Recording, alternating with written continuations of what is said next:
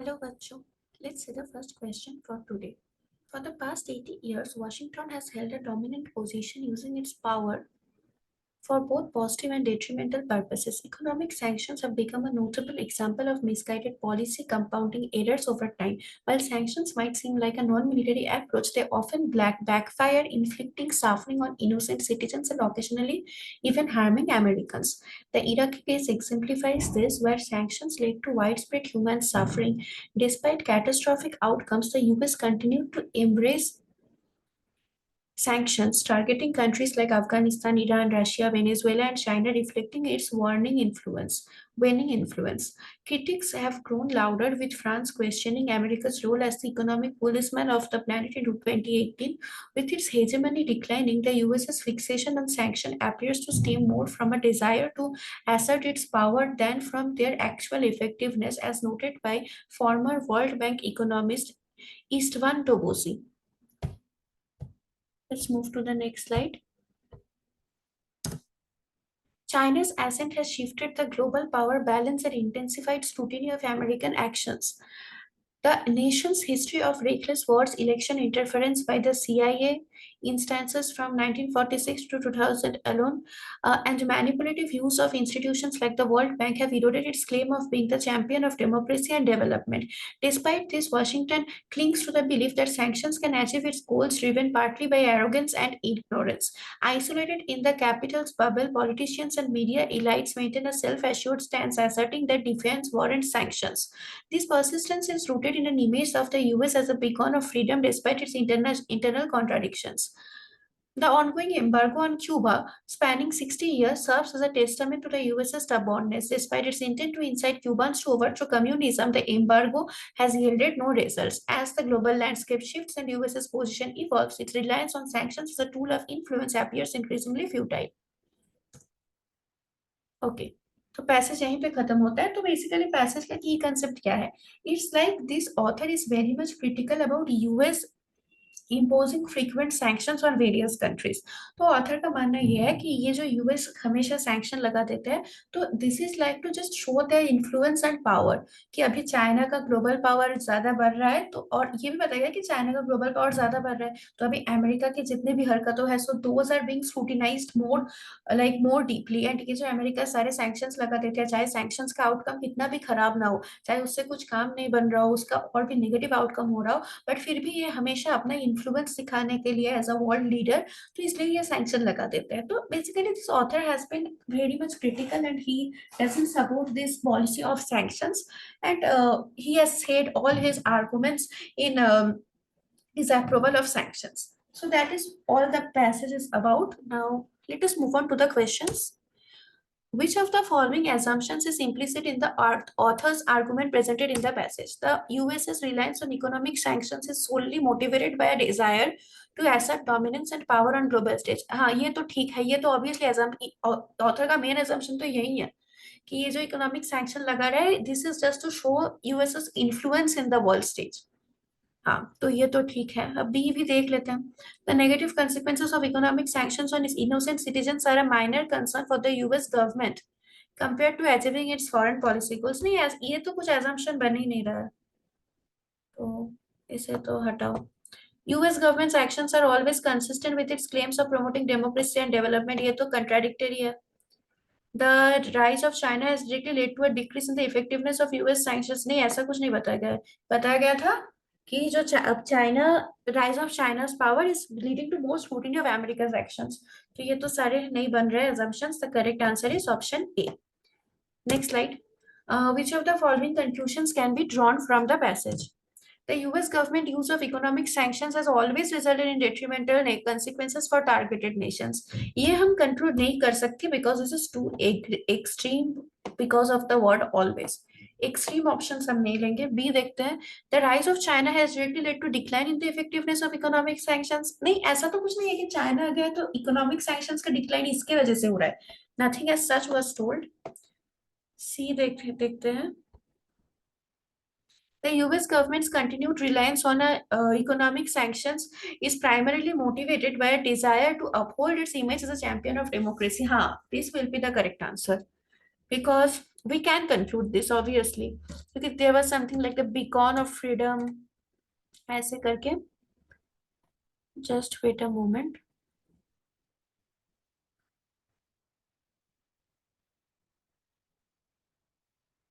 Hmm. हाँ, persistence is rooted as an email US as a beacon of freedom despite its. Yes. So option C will be the correct answer. B में क्या है? Negative outcomes on economic sanctions on innocent citizens have led to unanimous international criticism. इसके बारे में भी हमको पता नहीं. Unanimous international criticism मतलब कि हर एक कंट्री बोल रहा है और यूएस को क्रिटिसाइज कर रहा है.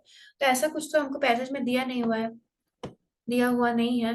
तो option C becomes the correct answer.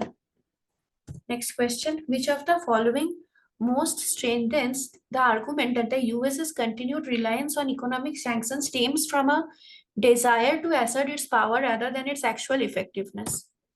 Surveys conducted Surveys conducted among global leaders consistently show that they perceive the US as a dominant global power due to its frequent use of economic sanctions. इसमें तो मतलब US का जो motivation है हमेशा sanction use करने का, उसके लिए एविडेंस प्रोवाइड करता है. बट जो डोमिनेंस के बारे में है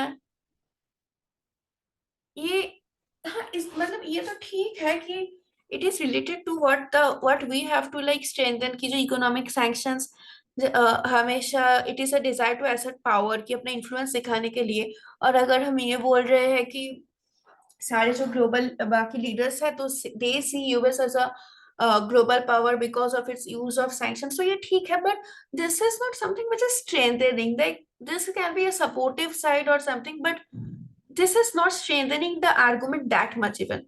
तो हम लोग देखेंगे कोई better option. This is not something which can directly strengthen the argument. So we will see what better option we can find. Analysis of historical instances where the US employed military intervention shows a correlation between these interventions and subsequent use of economic action. नहीं थी ये तो इसमें तो कुछ strengthen हो ही नहीं रहा है. एक को हम अभी भी होल्ड पे रखेंगे. सी देखते हैं. Research indicates that economic sanctions have historically had a higher success rate in achieving policy objectives rather when they are coupled with diplomatic negotiations. नहीं ये भी तो ये जो पावर का जो बात है कि यूएस अपना पावर दिखाने के लिए हमेशा इकोनॉमिक सैंक्शन इशू कर रहे इस that that claim is not being strengthened by this option, right? सी और बी दोनों में से कोई भी स्ट्रेंथन नहीं कर रहा है. डी देखते हैं. former us diplomats Former US diplomats who were involved in formulating foreign policy decisions have publicly admitted that primary motivation behind using economic sanctions was to maintain a strong image on the global stage. Obviously, this will strengthen. इसमें तो एकदम मतलब ऐसे साफ साफ बताया जा रहा है. तो this is एकदम clearly stated. So obviously D will be the correct answer. हम A को नहीं लेंगे. We will always choose the one which is best suitable. A ठीक है. A was like okay, it was having relevance, but it is not strengthening our argument to that extent. जो कि D एकदम clear cut पूरा पूरा strengthen कर रहा है. तो obviously we will choose D. अब fourth question पे आते हैं.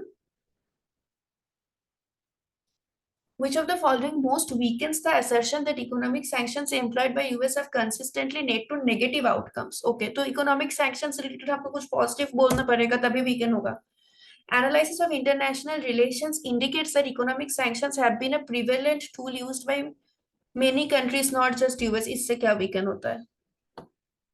इससे तो कुछ वीकन नहीं हुआ. हमको वीकन करना है कि जो इकोनॉमिक सैंक्शंस का हमेशा नेगेटिव इफेक्ट आता है इसको हमको वीकन करना है. तो हमको ऐसा दिखाना है ना कि इकोनॉमिक सैंक्शन से कुछ पॉजिटिव भी हो रहा हो ऐसा कुछ.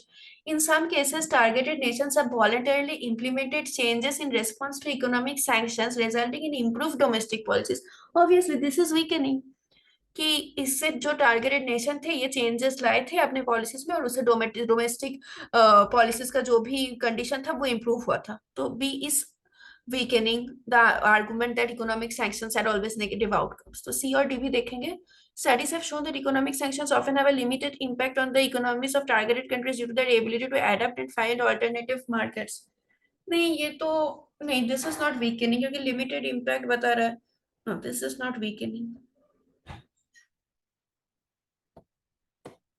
The US had historically combined economic sanctions with humanitarian aid to mitigate negative consequences on innocent citizens. No, this is also not weakening.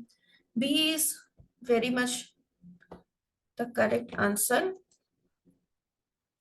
It is like obviously it will weaken the claim to a great extent. क्योंकि ये पूरा opposite बोल रहा है, जब हम बोल रहे हैं कि नहीं इकोनॉमिक सैंक्शन से हमेशा नेगेटिव रिजल्ट है, ये पूरा बता रहा है, दिखा रहा है ऑप्शन में कि there has been positive impacts, so obviously B will be the correct answer. Last question of this passage, which of the following best represents the main idea of the passage?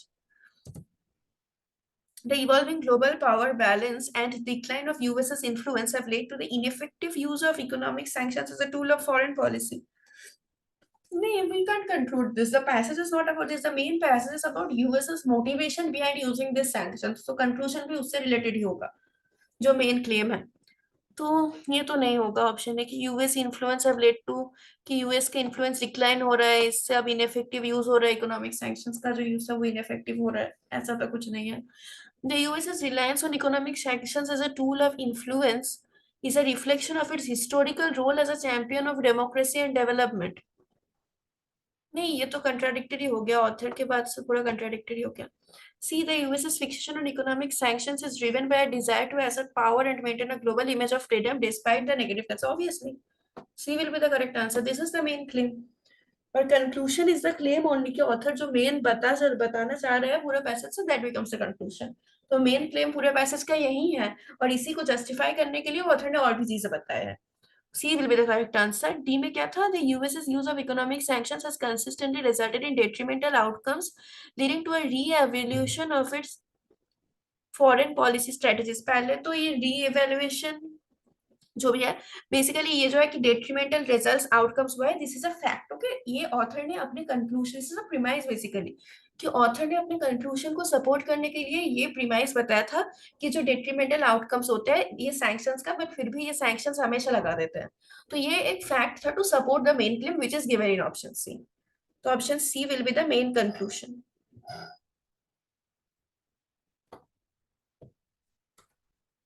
हाँ, main idea, sorry, जो भी है main idea is only like the main claim. और या सो passage का जो overall view होता है वही मेन आइडिया होता है. कंक्लूजन भी, conclusion is also that only कि तुम पूरे पैसेज पढ़ के तुमको क्या समझ आ रहा है, कि ऑथर मेन क्या बोलना चाह रहा है. तो या so that will be the main idea. Option C. Okay, so we have completed this passage. Thank you everyone. I hope you all understood it.